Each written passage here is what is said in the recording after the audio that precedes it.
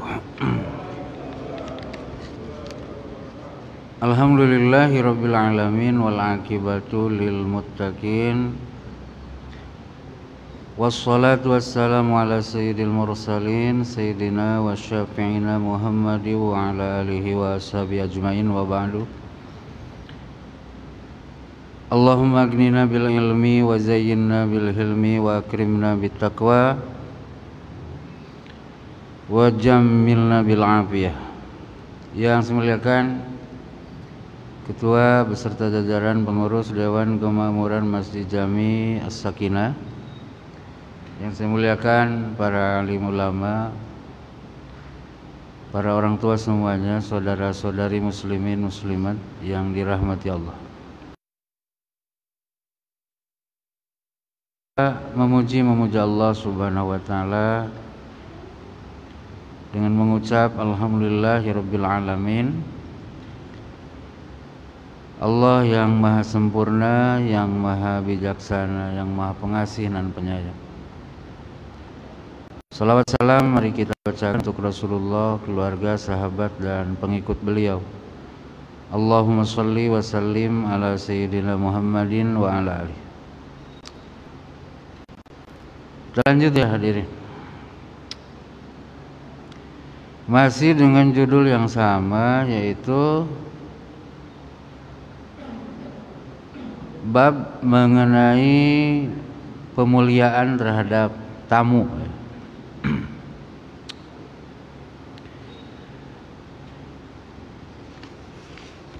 Selanjutnya ayat sudah kita baca ya. Hadis yang pertama kemarin sudah kita baca dari Abu Hurairah di riwayat Bukhari Muslim ya. Bersabda Rasulullah, kata beliau, man kana yu'minu billah wal yaumil akhir falyukrim dhaifah. Siapa orang beriman kepada Allah dan beriman kepada hari akhir, maka hendaknya dia memuliakan tamunya. Berarti kalau ada tamu tak kita muliakan, gitu ya. Maknanya itu tak beriman kepada Allah dan hari akhir, gitu kan? Sekali lagi, siapa orang yang beriman kepada Allah dan hari akhir, maka hendaknya dia memuliakan tamunya, gitu ya. Berarti kalau tak memuliakan tamu, gitu kan? Berarti orang itu tak beriman kepada hari akhir. Ternyata tak begitu maknanya itu. Tak beriman tuh bahasa lainnya apa? Kafir, gitu kan? Tak beriman tuh bahasa lainnya kafir. Mafhumnya tak begitu, karena pengertian hadis ini kata ulama apa? Siapa yang imannya kepada Allah dan hari akhir, imannya itu sempurna, gitu ya. Nah maka dia dipastikan akan memuliakan tamunya.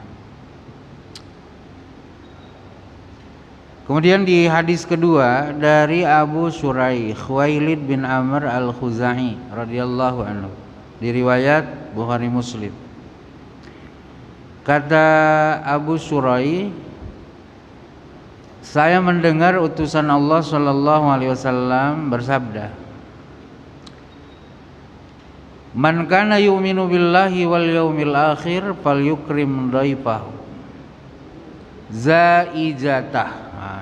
Zaizatah. Jadi ada lebihnya sedikit dari yang hadis pertama. Kalau di hadis pertama fal yukrim dhaifah, nah di hadis kedua nih ditambah fal yukrim dhaifahu zaizatahu. Hendaknya dia memuliakan tamunya. Zaizatah.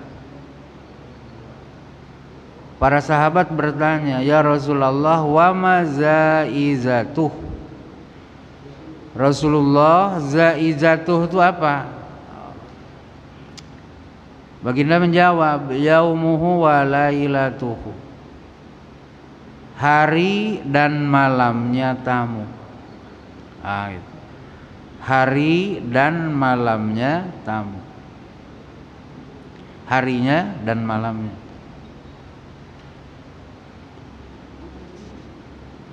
Wadiyafa salah satu ayam, kata baginda Rasul. Bertamu tuh 3 malam. Wadiyafa salah satu ayam. Bertamu tuh 3 malam. Pamakana waro adzalik fahuwa shadaqatun alaihi. Maka yang lebih dari 3 malam itu bukan lagi makanan diyafah, ya, melainkan itu adalah sedekah kepadanya. Jadi ada makanan diyafah, jamuan tamu, ada makan sedekah.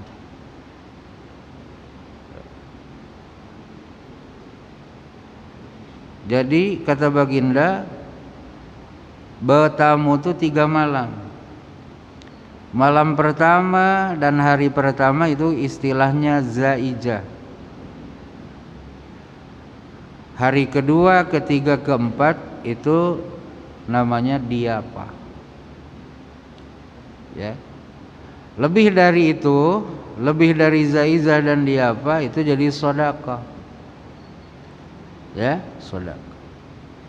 Nah, inilah yang oleh Rasulullah SAW diminta di hari pertama dan malam pertama ini, jamuannya itu agak lebih sedikit, gitu. Agak lebih sedikit. Agak lebih itu dalam artian istimewa lah, ya, istimewa. Hari kedua, ketiga, keempat ya biasalah, ke menu kita aja, ya, ke menu biasa kita. Tapi kalau hari pertama, malam pertama, nah itu agak super itu ya. Pelayanannya itu agak super. Bahasa Rasulullah zaizata, ya. Hari kedua, ketiga, keempat, nah itu diyafah. Pelayanan tak. Hari kelima, keenam dan seterusnya, nah itu mas sedekah. Selanjutnya di riwayat Imam Muslim ada baginda Rasulullah bersabda begini, la yahillu li muslimin an yuqima inda akhihi hatta yu'athima. Tidak halal bagi seorang muslim bertempat tinggal di rumah saudaranya sehingga dia membuat saudaranya itu berdosa.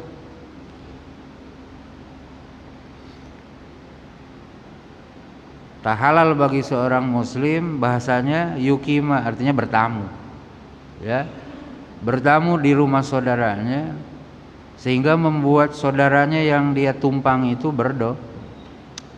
Sahabat terheran, bertanya dengan Rasulullah, ya Rasulullah, wa kaifa yu'athimu? Wahai utusan Allah, bagaimana dia bertamu menimbulkan dosa bagi tuan rumah?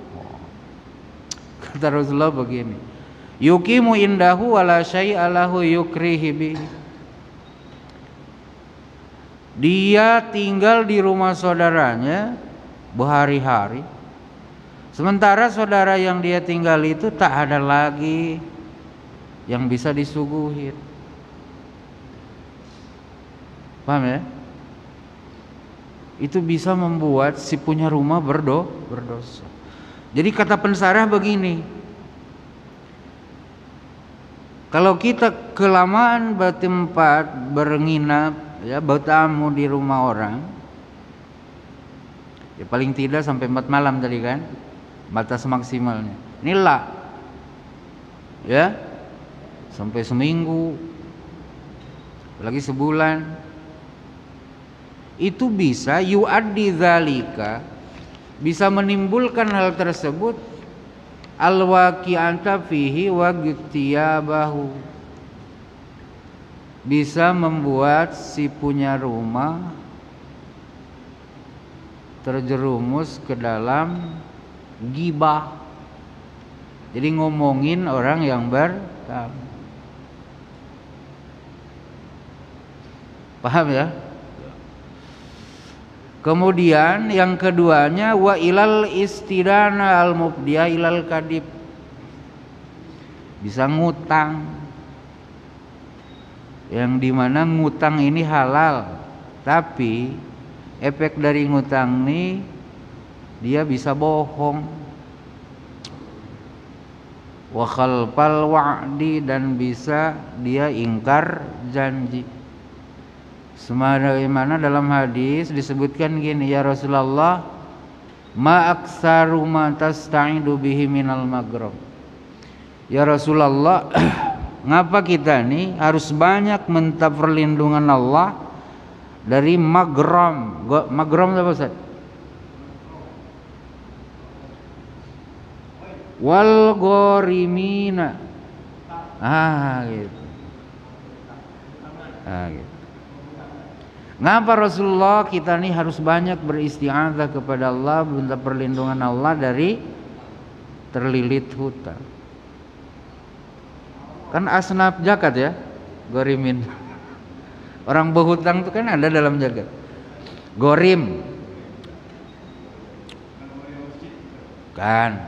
Bukan gorim.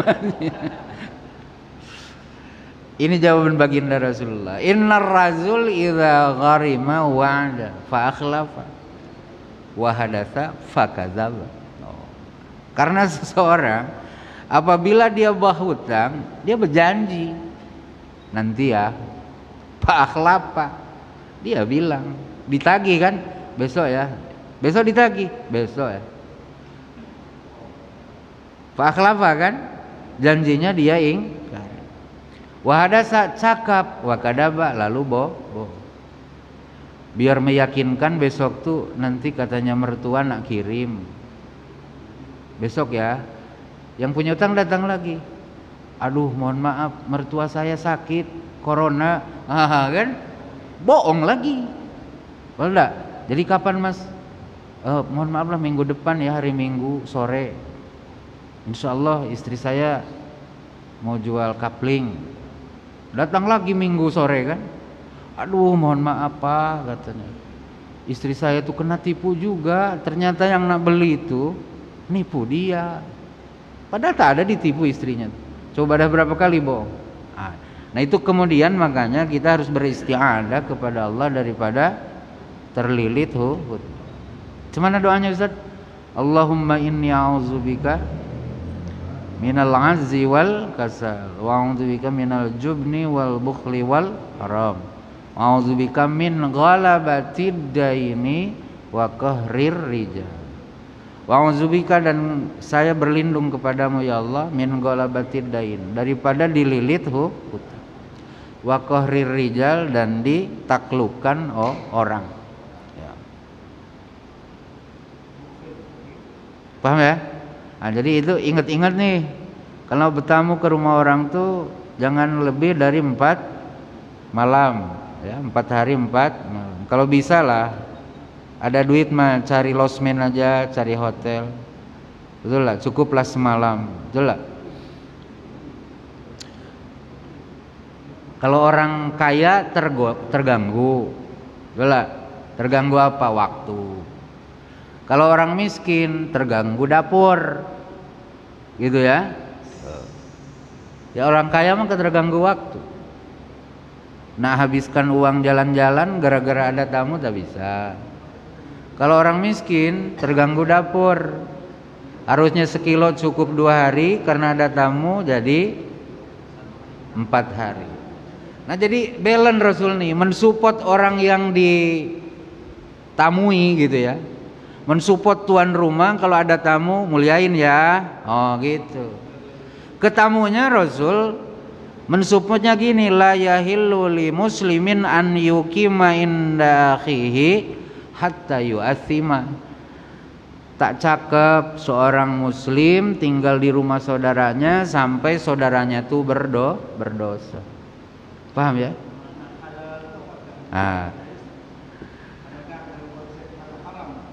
Gitu kan, kesannya begitu kan. Gitu. Kalau membuat dia berdosa jelas haram Ustaz. Gitu ya.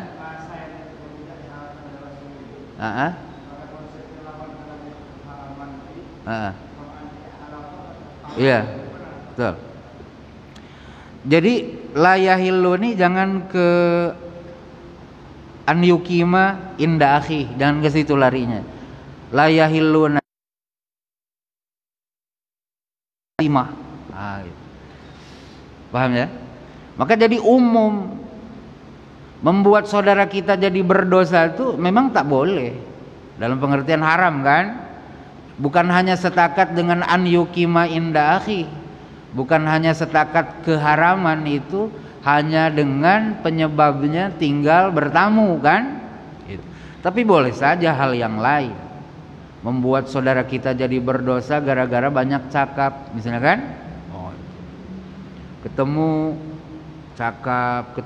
cakap, akhirnya geram, betul lah?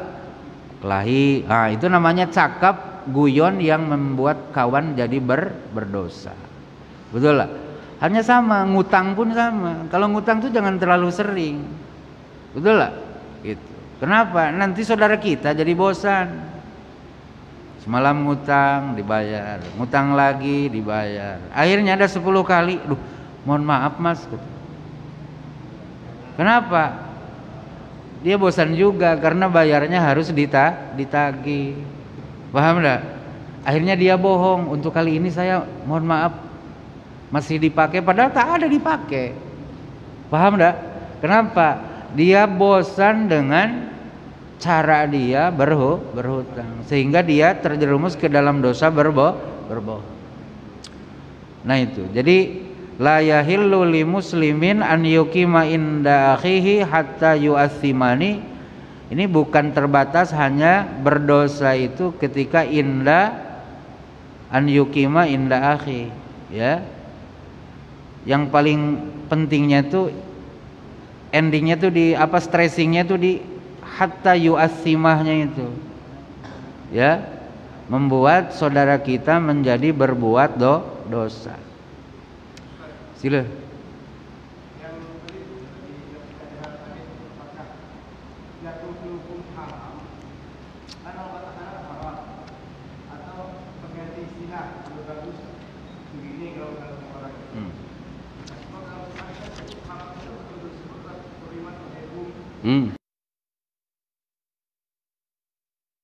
Betul.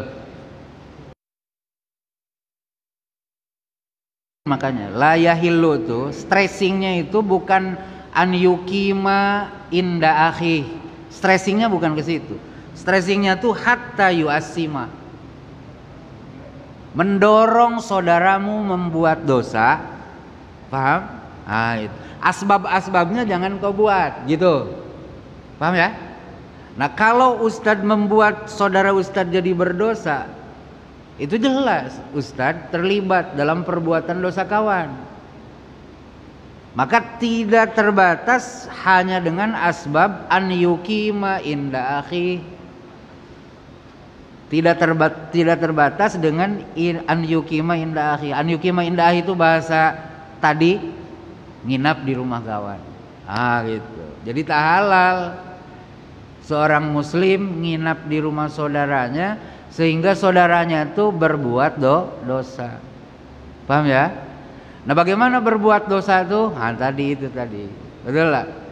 Sampai dia harus berbohong, ngutang, betul lah.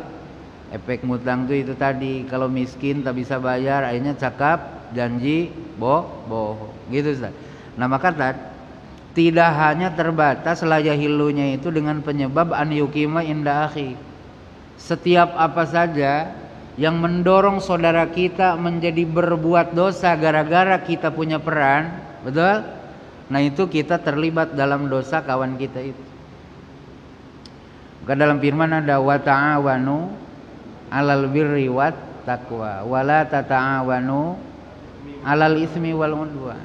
Bertolong menolonglah kamu dengan saudaramu, dengan siapapun dalam meraih kebaikan dan ketakwaan, dalam mewujudkan kebaikan dan tapi jangan sekali-kali kamu bertolong menolong dengan siapapun dalam mewujudkan dosa dan permusuhan.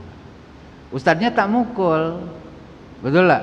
Ustadznya tak mukul, yang mukul kawan ustadz, tapi betul, yang nunjukin dia sembunyi dekat kamar ustadz. Ah itu. Paham enggak? Nengok si anu dah, oh ini orang lagi marah kan, belakang atau dihantam dia, berdosa kan mukul orang. Ustadz kan nunjuk tuh. Paham enggak? La yahillu. Betul enggak? La yahillu, tidak halal Ustaz untuk membantu saudara sehingga dia berbuat dosa. Paham enggak? Gitu. Hatta yu'assimah. Nah, gitu stressingnya tadi. Jadi Rasul tuh balance, ya. Tuan rumah disupport tak beriman kamu kepada Allah dan hari akhir sehingga kamu memuliakan tamumu. Tapi Rasul pun nyupport tamu. Tak halal kamu tinggal di rumah kawan tuh sehingga kau buat kawan kamu tuh berdosa. Oh, berarti tuan rumah harus tahu apa yang menjadi hak tamunya. Tamu pun harus tahu diri. Betul lah. Jangan mentang-mentang jadi tamu, tolong layani aku dengan baik, kata kita kan. Telentang aja, minta kopi tiap pagi, tiap 3 jam sekali tolong kopi sediain. Tamu macam apa nih? Kalau tamu hotel boleh lah, kita bayar kan, betul lah. Tapi kalau tamu yang pray, yang gratis, itu la yahillu li muslimin an yuqima inda akhihi hatta yu'assima. Paham ya? Nah ini sila.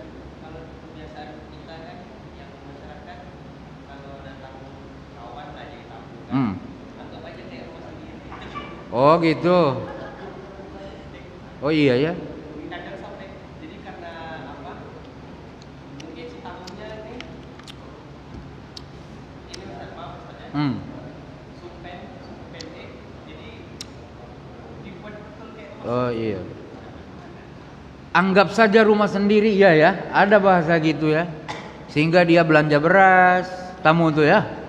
Masak sendiri. Boleh aja kalau memang sudah rapat. Tak ada masalah. Di mana dia senang, betul lah. Yang penting ikram, memuliakan. Memuliakan itu kan lain lubuk, lain tempat, lain cara. Kemudian Pak, ini harus juga kita tahu kultur yang berlaku ketika Quran ini turun. Ya. Tentang tamu ini kan ada di Quran. Ya, kemarin kan sudah kita baca ya, Doifi Ibrahim itu. Dan Nabi Ibrahim itu terkenal karena sangat-sangat memuliakan tamu. Karena Nabi Ismail pun adalah turunan Nabi Ibrahim, jadi gen memuliakan tamu ini turun ke anaknya. Maka orang Quraisy itu terkenal sebagai pemulia tamu. Sehingga kalau kemudian kita diperlakukan ketika berkunjung ke Baitullah begitu rapi oleh orang Arab Saudi sampai sekarang misalnya kan, itu sebenarnya sudah turun temurun. Ada sikoya itu apa? Ada khusus kabilah tertentu yang memang melayani urusan air jamaah, air tamu-tamu Baitullah itu. Nah, bayangkan oleh kita kondisi saat Quran turun tuh tidak seperti hari ini. Kita bertamu ke Makkah sekarang, kita bukan masuk di emper rumah orang loh. Kita masuk ke hotel yang kadang lebih baik dari rumah kita di sini. Di rumah kita tak ada air panas, di hotel tempat tinggal kita ada. Betul lah. Di rumah sini kita masak, di sana kita tinggal prasman. Betul lah. Dulu tak begitu. Jangankan dulu sekali ya. Buyut kita aja. Kita punya bapak kita punya kakek. Bapak kita punya bapak, berarti kakek kita kan?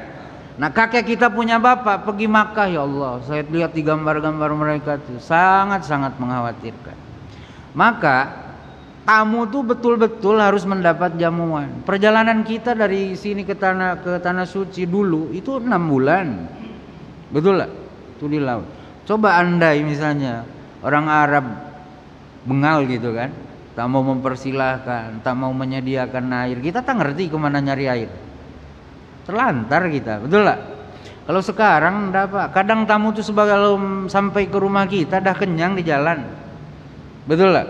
Kalau tamunya dari Jakarta di bandara dah makan, Bandara Pinang dah juga ngemil, sampai ke rumah kita ditawarin mau makan, si kenyang. Oh, betul lah.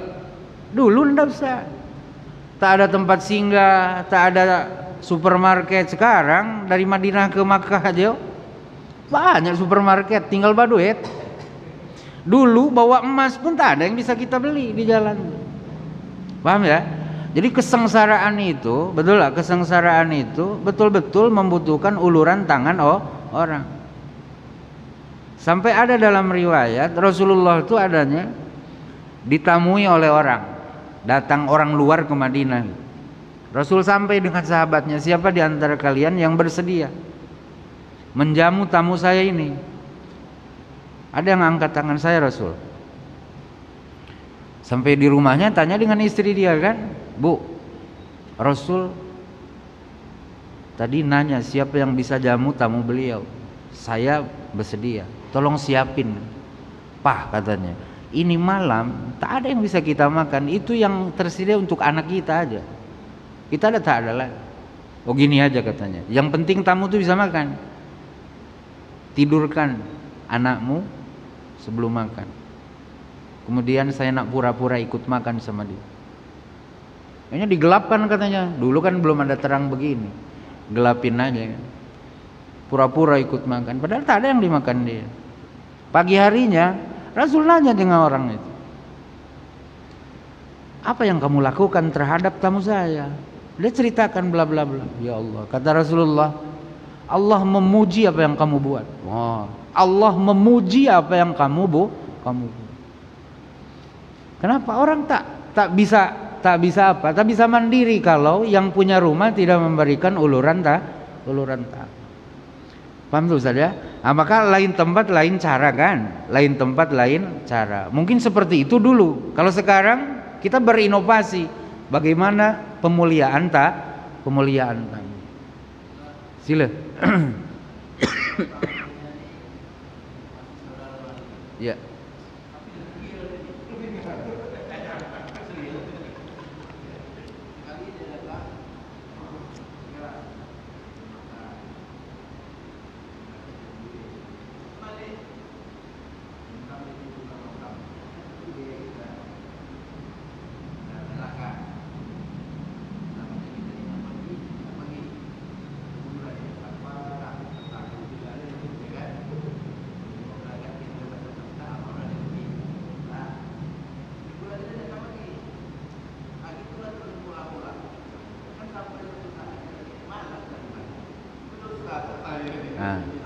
Iya betul.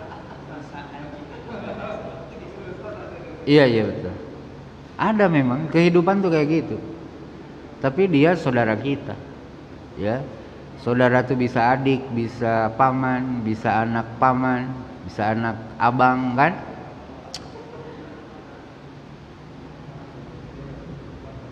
Perlakukan dengan baik, ya. Perlakukan dengan baik. Kalaupun kita tidak senang, bisikan kata-kata yang baik. Ya, jangan sampai gara-gara ketidaksenangan putus pula kita punya persaudaraan. Padahal kita kan hanya terganggu secara dunia aja. Betul lah? Secara dunia saja itu. Tak senang aja dengan cara dia berbuat. Betul lah? Kita sudah teratur ritme hidup nih kan. Dia tak begitu. Pulang malam istirahat, enggak. Kalau dia tidak, bila nak istirahat baring, di mana ngantuk di situ telentang, betul lah. Itu kan kita tak buat, tapi kita harus paham. Pada maklum, yang paling jelas perbuatan kita ini harus dalam rangka menjaga rahim kita dengan bapak dia, dengan ibu dia, betul lah. Karena buruk kita dengan dia, buruk pula kita dengan emak bapaknya kan? Itu. Nah, maka Rasul ngewanti-wanti Pak dengan kita. Kalau kamu beriman sempurna dengan Allah dan hari akhir, perlakukan tamu itu dengan mulia. Ini maknanya warning Pak. Tamu itu datang, habisin beras kita, habisin air WC kita. Kalau bapak kan tinggal trek gitu. Dulu pagi ini Pak. Itu kalau ada.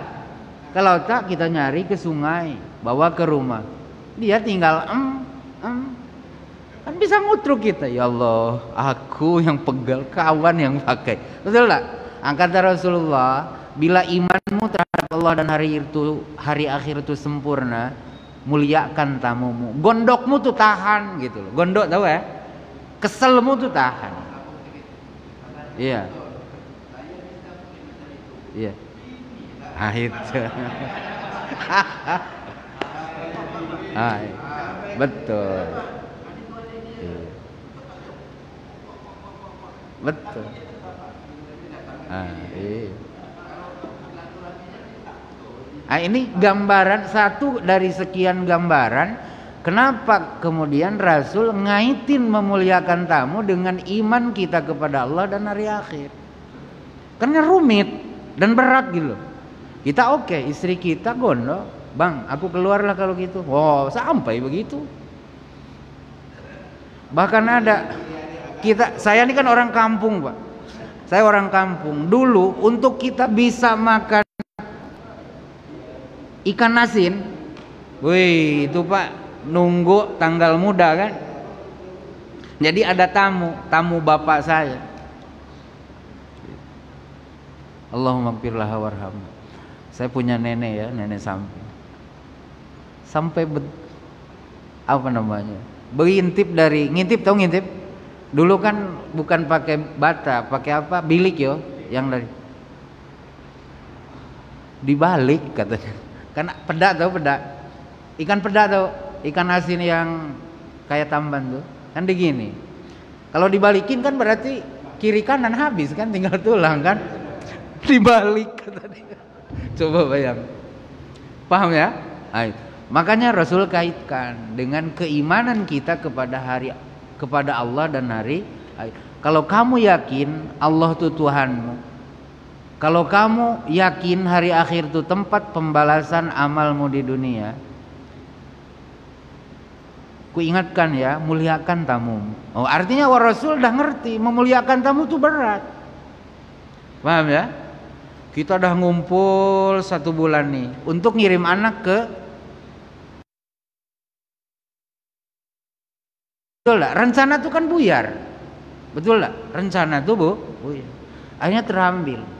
Kan? Terambil.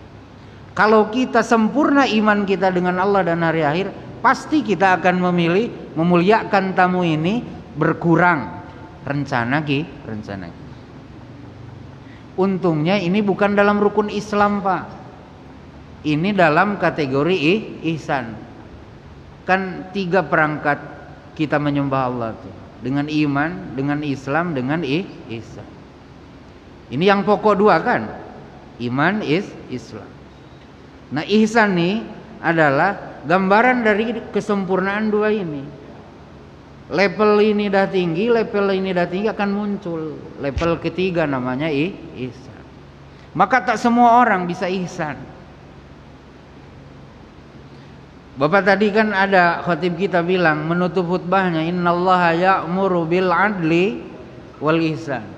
Sungguhnya Allah memuruh kamu berbuat adil. Adil nih wajib, Ustaz. Adil nih wajib. Adil nih wajib. Awas, bukan sunat, adil itu wajib. Wal ihsan. Kemudian Tuhan juga menyuruh kamu berbuat ihsan. Nah, ihsan mah pilihan. Nak kamu buat silahkan. Yang penting adil. Tapi kalau ihsan dibuat, keadilan tuh pasti didapat. Paham ya? Jadi untuk menyempurnakan keadilan itu tak ada jalan kecuali ihsan. Yang adilnya yang wajib, ihsannya pilihan. Mau enggak? Kan gitu. Kalau kamu berbuat ihsan, keadilan itu tercapai. Gitu, Pak ya? Sila.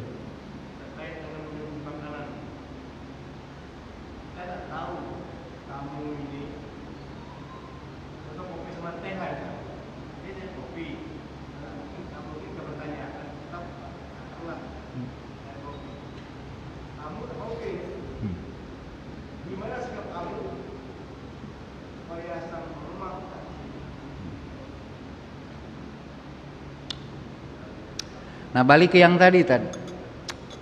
La yahillu li muslimin ayyukima inda akhihi hatta yu'athimahu. Tak halal seorang muslim tinggal di rumah saudaranya sampai membuat saudaranya itu berdosa. Nah, disitulah bermain fikir kita. Betul lah, bermain fikir.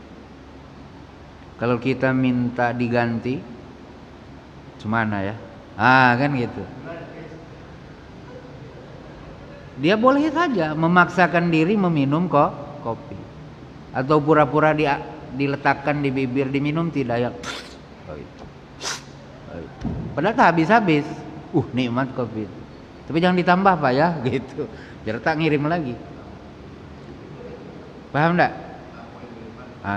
Tamu yang etika tadi, betul enggak? Yang beretika. Jadi tamu tuh harus beretika juga. Jangan sampai membuat tuan rumah berdosa. Makanya jangan jelalatan, nengok istrinya duduk, jilat-jilat mata kan. Apalagi sampai cakap, istri awak gak cakep. Oh itu menyinggung Pak. Itu menyinggung. Kecuali kita dah dekat betul kan? Dah dekat. Makanya kita harus di mana bumi dipijak, di situ langit dijunjung. Adat Arab dengan adat kita beda Pak. Adat Arab itu diantaranya yang tahu pegang jenggot tuh kan itu dekat betul. Coba di sini pegang jenggot. Mana Ustaz dari itu? Pegang jenggotnya. Kalau sesama jamaah boleh lah. Kalau bukan jamaah dikepret kita. Kurang asam kau kan? Sama-sama Islam tapi lain tempat, lain budaya. Lain tempat, lain budaya. Nah budaya orang tuh harus kita hargai. Kita biasa nepuk pantat orang kan? Kau ini lama tak jumpa. Jangan coba-coba itu sama orang Arab. Disikut kita. Kenapa? Ini bentuk ketidaksopan. Paham ya? Nah maka sebagian aturan ada yang kemudian ulama memahaminya sebagai budaya. Betul lah? Seperti amamah ya, amamah itu tutup kepala. Kan ini budaya yang berlangsung di Arab dulu, betul lah? Kalau yang di gini ini namanya rida Ustaz. Rida. Yang di sini. Kalau yang nutup kepala amamah namanya. Maka ada di dalam hadis wudu itu bahwa Rasul waktu wudu itu mengusap ubun-ubun dan amamahnya katanya ya. Amamah tutup kepala. Di Indonesia ada banyak itu. Orang Melayu punya tanja, orang Jawa punya belangkon, orang Sunda punya apa? Ikat. Ikat. Kayak orang pencak silat kan ada tuh. Itu ada, budaya itu sudah ada sebelum Islam dibawa ke sini. Apa cukup tak menutup kepala itu dengan songkok misalnya? Betul lah. Mohon maaf Tad. Dulu saya kecil yang berserban kayak gini nih, itu orang spesial, tak sembarang orang. Sekarang semua orang bergamis. Tak tahu lagi yang mana ajengan, yang mana ustad. Dulu tak semua orang loh Pak. Kenapa? Itu artinya orang tuh sudah nginjakkan kaki di tanah suci. Pernah melihat orang berpakaian kayak gini. Songkok gini tak ada dulu yang berani kalau dia belum pernah pergi haji. Sekarang Bapak pergi dekat pasar, boleh semua orang pakai. Paham ya? Nah ini budaya-budaya kan bergeser, betul gak? Nah itu. Maka kita tak usah dulu terlalu dalam komentari orang terkait dengan budaya. Cuman itu tadi, kalau kemudian kita mirip-mirip orang Arab, jangan sentimen. Betul lah? Orang juga banyak yang mirip-mirip orang Barat, kita tak sentimen. Paham ya? Paham enggak? Nah itu. Artinya kalau kita nak berbudaya dengan budaya orang sila, tak ada masalah. Cuman jangan nyinyir sama yang tak kayak kita, gitu loh. Ya. Ini sama sekali tidak menentukan status kita di hadapan Tuhan. Allah tak memandang baju kita. Betul lah? Tak memandang songkok kita. Apa kemudian yang bergamis jadi lebih mulia? Tak. Yang berbatik jadi hina dalam pandangan Tuhan? Tidak. Tak ada sama sekali Allah menggantungkan suatu dengan pakaian. Bahkan justru ada kecaman loh dalam hadis. Apa kecamannya? Gitu. Allah sangat murka katanya. Orang yang pakaiannya pakaian para nabi, Tetapi kemudian perilakunya perilaku orang brutal. Jadi dia menipu orang dengan pakaian kayak saya kan. Oh, ini kan macam mantap aja, betul lah. Kalau perilaku saya jauh daripada ini, Tuhan benci betul. Paham Pak? Ada di Mukhtarul Ahadits itu di bagian awal. Jadi pakaiannya Siyabul Anbiya wa a'maluhu a'malal jabbarin. Pakaiannya pakaian kaya Nabi gitu loh. Tetapi kelaku dia kayak jabbarin. Jabbarin itu apa? Penguasa yang zalim. Itu Allah tak senang betul. Berarti dia apa? Kamuflase, menipu orang dengan zohir. Paham ya Pak ya? Nah, itu budaya tuh bergeser terus.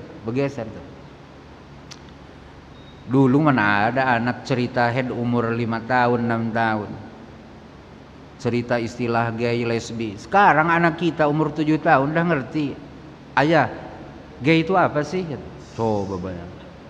Dari mana ya? Dari TikTok Pak.